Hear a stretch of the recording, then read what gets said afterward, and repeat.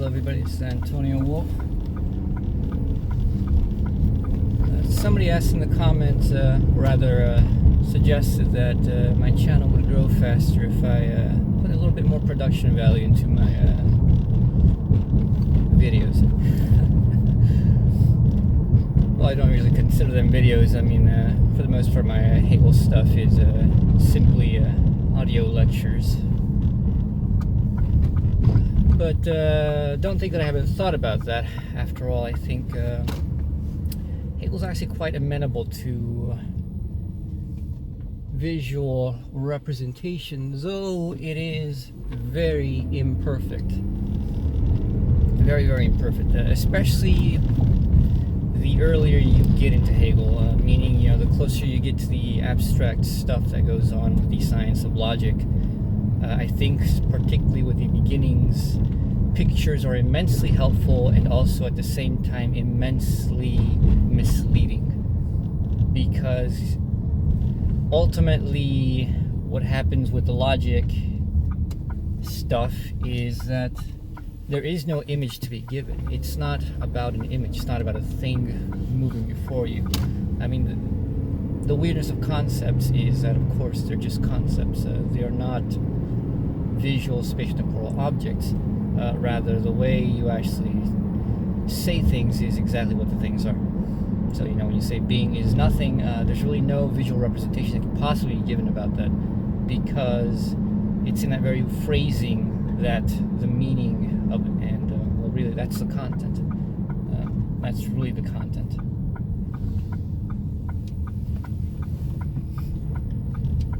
So, I myself thought of ways to try to visualize this, and it's helpful. And I think, when you do it for yourself at the beginning rather than somebody else just giving you a picture of that, it's far more helpful than somebody just simply giving you that image, because that image, if you know what that image really means, and you're just using the image as an aiding tool for your understanding, then you won't have much issue with misunderstanding, which is what happened with me in diagrams, which is what I was doing with diagrams was not to give me a picture of what I'm looking at so much as to give me a better way to keep track of what is going on within all these conceptual movements. But yes, I think about production value all the time. I used to have a computer that was very, very, it was a gaming computer, so it was not low end whatsoever. It was actually quite decent. As a matter of fact, about a year and a half ago, I actually upgraded it very massively. Got a brand new video card. I forget what it was. Radeon 380 Ti, I think. I don't remember what it was. It was like the brand new thing at the time. For budget mid-range cards, but it was decent. So I snapped one up for $300. I had intended to use it for video editing, which is what I did, because frankly I didn't play video games much by that point anyways, and I still don't play video games much. It just doesn't interest me. I got bored eventually.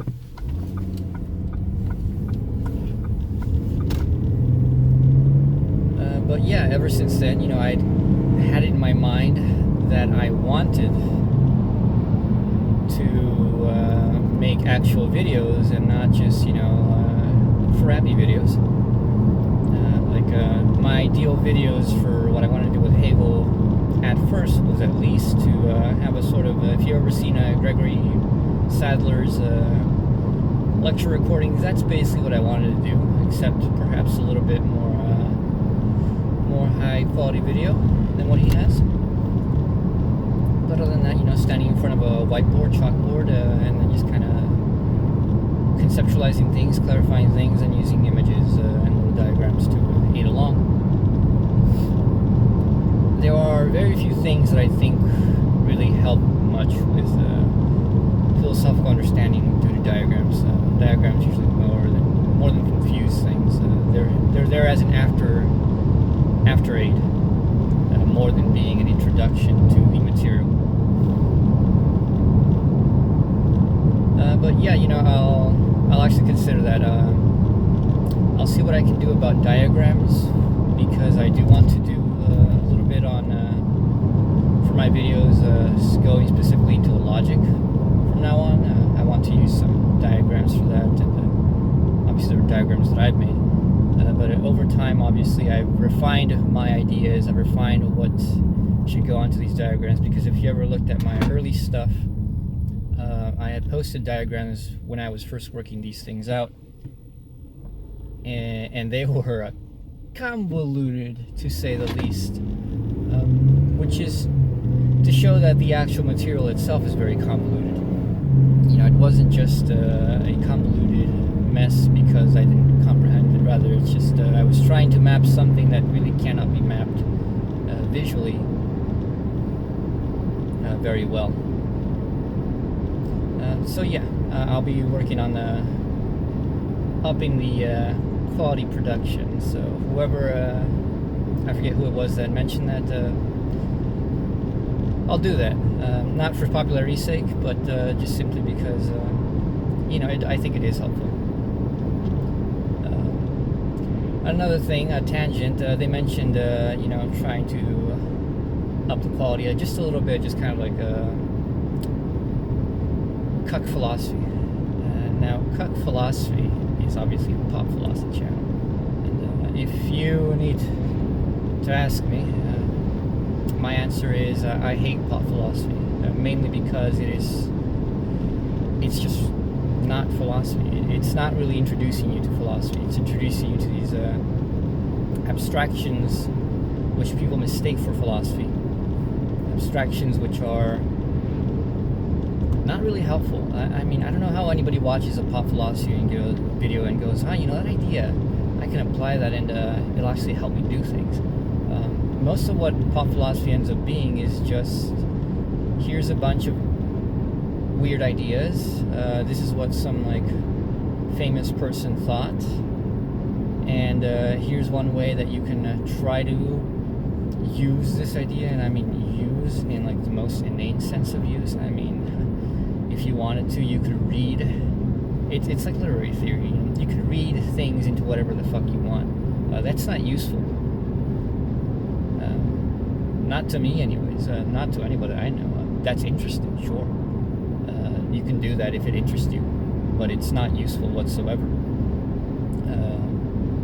And if you listen to my first philosophical cruisings video, I talk about how I think that the idea that philosophy is useful is well, nonsense.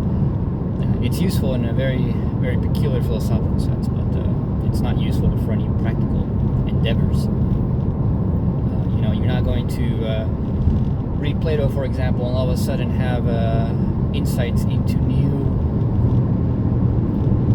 new methods of science which will allow you to discover new practical things. Certainly these things can become tangentially useful in giving you another way to interpret things, but it won't be, you know, a new experimental method, for example. It's just not going to function. Hegel, you can't do that with Hegel, can't do that with Marx, because these are conceptual schemes. But where was I going with that? Let's see, philosophy, cuck, pop philosophy, the usefulness of philosophy. Well, let's go back to pop philosophy. So yeah, I don't like cuck philosophy. Not only that, I mean, like, Jesus Christ, talk about following with the culture a bit too close. You know, I think that when philosophy melts too closely to what is going on in popular culture, there is something analogous to an infection. It's not good. You know, pure philosophy is for itself something that's not exactly tied to culture. You know, you don't need to know all the vicissitudes of Greek culture to understand Plato, although I would be lying and you would be wrong to say that you wouldn't need that background to comprehend Plato, because eventually you do. Eventually some things are just so Greek that you can't comprehend it without knowledge of Greek culture. But But stuff like our stupid meme culture, that's not necessary to understand Plato, that's not necessary to understand Descartes, not necessary to understand Foucault, Deleuze, Hegel. The only people you need to understand meme culture for is meme philosophers. And I'm not aware that there are any, but be assured I don't doubt that there's somebody in graduate school right now who is certainly doing a thesis and formulating a philosophy that is basically memes. So what's the issue with pop philosophy anyways? What's my problem with it?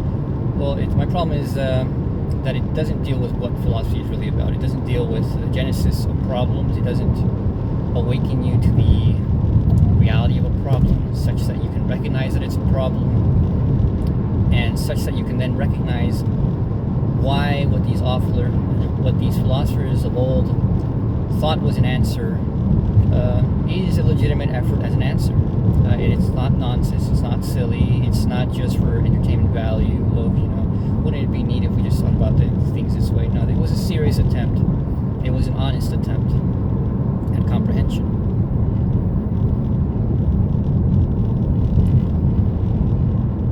Stuff like, say, philosophy tube as well. I fucking hate philosophy tube.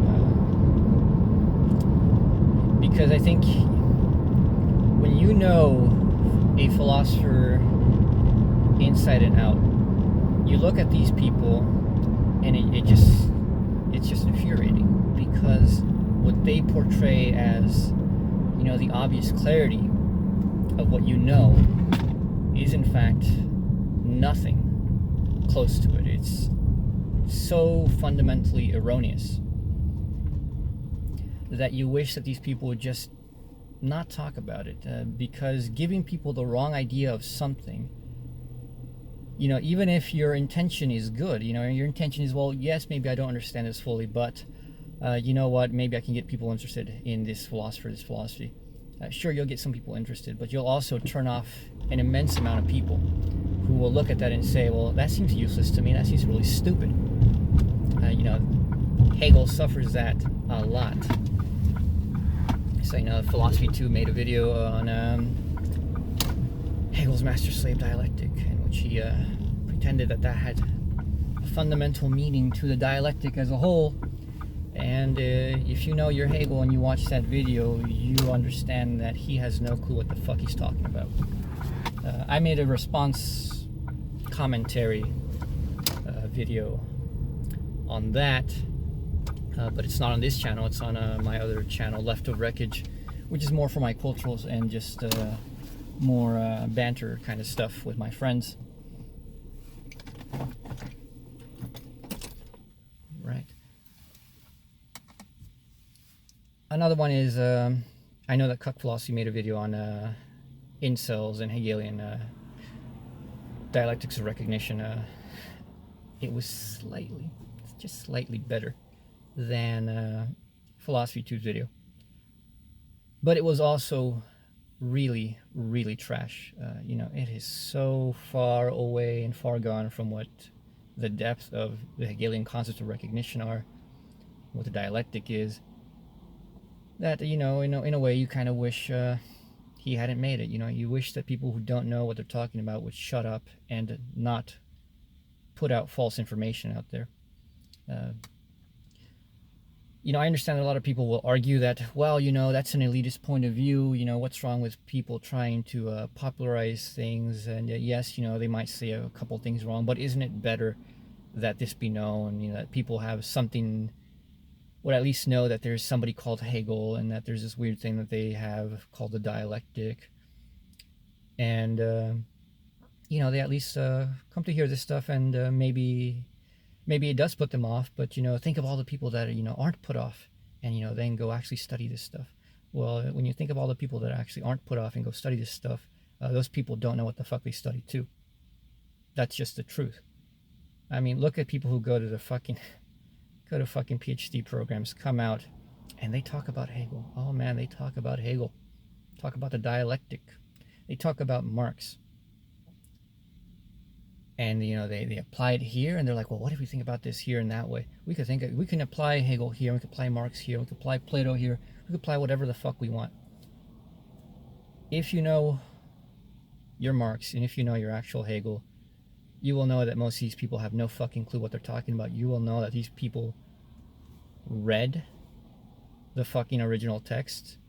But I mean, to like have your eyeballs go over a sentence and go, yeah, oh yeah, I read it, is quite different than working through and thinking of things and constructing it up level by level in your head, such that you know exactly how one level of the logical argument connects to another, how that builds up, and why that is there, and why it should be there, and why perhaps it could be different or it can't be different. But that's not what these people do. That's not what most of these people are even capable of doing. Like, they read secondary literature. A lot of people who speak so eloquently about Hegel don't know what the fuck they're talking about because they read secondary literature. They tried to read the Phenomenology and they stopped at chapter 1. They tried to read the Science of Logic and they stopped at chapter 1. They just don't know how to think, and that's the problem. These people don't know how to think, and they just they let someone else think for them, which is, kind of what a lot of people do nowadays. Most of us do that with many, many things. And in some part, you have to do it. In another part, philosophy is one place where you don't have to do it. So why you would trust people who don't do the work is beyond me. People who will just fucking cite someone else for their interpretation of Hegel and will just take that, and they will talk about, oh, Hegel says this. Well, no, Hegel doesn't say this. Kojève says Hegel says this. No, Hegel doesn't say this. Marx says Hegel says this. And obviously I hate that because I've had the very deep experience of knowing what that really is like.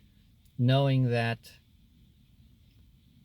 probably 99% of shit that's out there about Marx is just plain wrong. Not just from ignorant right-wingers, not just from ignorant liberals, but from ignorant Marxists themselves.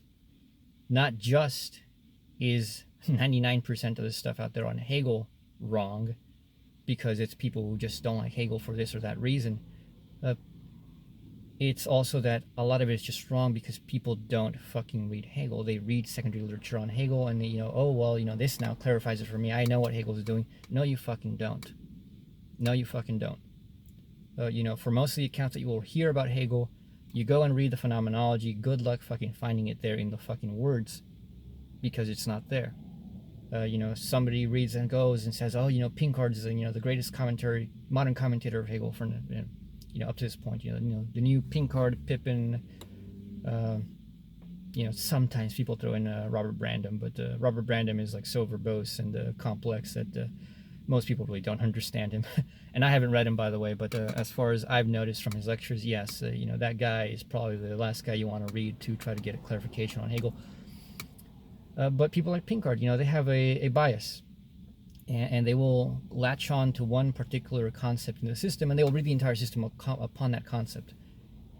And in a way you can do that, and in a way you cannot. You have to go step by step with Hegel. You have to go step by step with Marx, especially once you get to Capital, because believe it or not, Capital is a deeply Hegelian work. Not just because it's aping Hegel, but because it really is the deployment of real Hegelian comprehension. Marx's dialectics in Capital are straight up 100% Hegelian logic. Not externally, but internally. Marx really did build a new Hegelian understanding. So with those things, you got to be careful. And I think there is legitimate sense of pop philosophy. I think there is a legitimate way to do it. But it's not the way these people do it. And, you may say, oh, well, you're just a crank, you're just not popular. I don't care about being popular. I care about being right. I care about having truth. And, sure, I could read books about Derrida without reading Derrida. And go and make pop videos trying to explain Derrida to you when I have no fucking clue how to read Derrida myself. So, you know, I can say a lot of this and that, and you would not be the wiser. But, you know, I know what that's like. I know how people do that. And I know that perhaps I can't call them out on their getting their Derrida right or Derrida wrong. But I can guarantee you that the people who do know those things surely look at those things and, you know, just roll their eyes because it's so simplistic and so erroneous. I'll make another video talking about what I think legitimate pop philosophy would be, and it is a far cry from what all these other people who do pop philosophy do. Alright, so this was Antonio Wolf. See you around.